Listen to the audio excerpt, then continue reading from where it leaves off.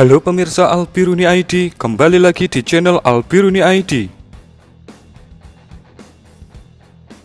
The Real Exercise dari uji strategi manajemen pertempuran modern diperlihatkan di ajang Garuda Shield yang sedang berlangsung sejak 1 Agustus sampai dengan 14 Agustus 2021. Salah satu serial yang monumental adalah penerjunan 500 pasukan gabungan lintas udara Amerika Indonesia dari titik pemberangkatan di Guam Pasifik menuju Batu Raja Sumatera Selatan dengan 9 pesawat Boeing C-17 Globemaster III milik Paman Sam. Jarak Guam Batu Raja setara dengan jarak Sabang Merauke, dan pesawat angkutnya adalah yang terbesar milik Amerika. Luar biasa. Militer Indonesia mendapatkan ilmu terapan manajemen pertempuran gabungan dan networking militer. Kita ketahui, strategi militer Amerika dalam setiap operasi militer adalah berbagi peran bersama rekan sekutu. Bisa saja kita sudah dianggap sekutu oleh mereka. Latkap terbesar sepanjang sejarah Republik ini melibatkan sekitar 5.000 pasukan angkatan darat kedua negara dengan sejumlah alutsista canggih. Bukan sekedar latihan militer biasa, tetapi lebih pada bahasa show of force dan diplomasi militer bertema mengingatkan dan menguatkan. Gengsi Latkap ini bernilai cum laude karena mitra latihannya adalah militer Amerika yang striking force-nya nomor 1 di dunia.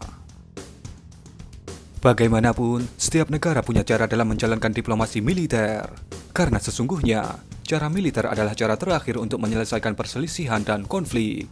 Ketika otak cerdas para diplomat tidak mampu lagi menyelesaikan secara diplomatik, maka jalan militer adalah pamungkasnya. Tidak bisa dipungkiri bahwa tekanan militer Cina di Laut Cina Selatan membuat sebagian negara ASEAN yang dilibas Nine Dash lainnya tertekan batin dan tidak nyaman. Wajar kalau ketidaknyamanan ini kemudian membuat negara-negara ini melakukan berbagai cara penguatan militer, seperti memperkuat alutsista dan kolaborasi. Indonesia menyikapi dinamika LCS berdurasi jangka panjang dan awet ini dengan memperkuat tentaranya, menambah dalam jumlah besar berbagai jenis alutsista canggih. Cara lain yang dikenal dalam diplomasi militer adalah melakukan kerjasama militer. Salah satunya menggelar latihan gabungan dengan Amerika berskala besar. Dinamika LCS adalah pertaruhan paling kritis dan paling mematikan dibanding perselisihan diplomatik dan pertempuran di belahan dunia manapun. Amerika sekarang sudah meninggalkan Irak dan Afghanistan. Wilayah Teluk sudah di nomor 2 kan? Nomor 1 adalah kawasan Indo-Pasifik yang di dalamnya ada LCS.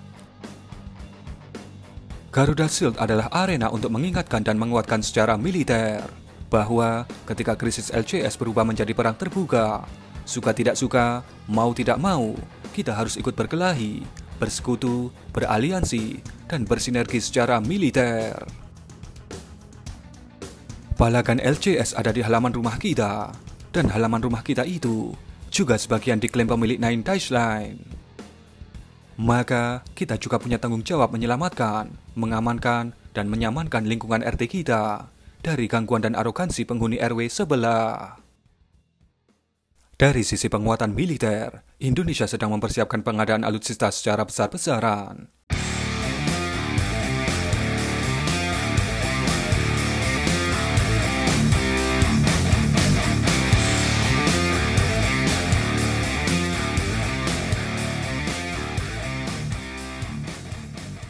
Kita mencatat deal awal pengadaan 36 jet tempur Rafale, 6 jet latih tempur T-50, kemudian 6 kapal perang frigate Frame Class, 2 kapal perang frigate Maestrale Class, dan 1 kapal selam tonnase besar.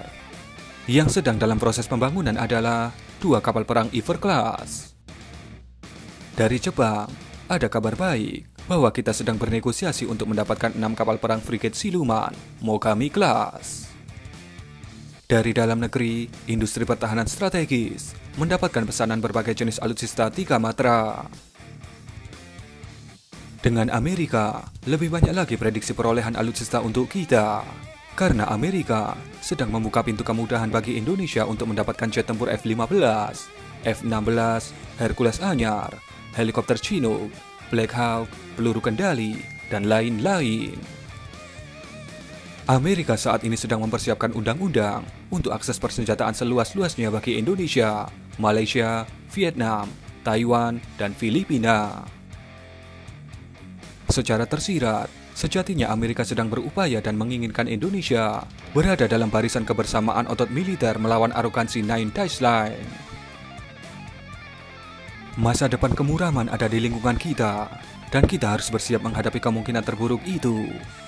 Caranya dengan memperkuat militer, mendatangkan alutsista berkualitas, dan dalam kuantitas yang mencukupi. Kemudian, melakukan latihan gabungan dengan Amerika dan negara lain adalah salah satu cara bersimulasi bahwa kita punya teman dan sahabat berkolaborasi secara militer. Mengingatkan dan menguatkan ini adalah strategi gerak gentar untuk gizi adrenalin militer.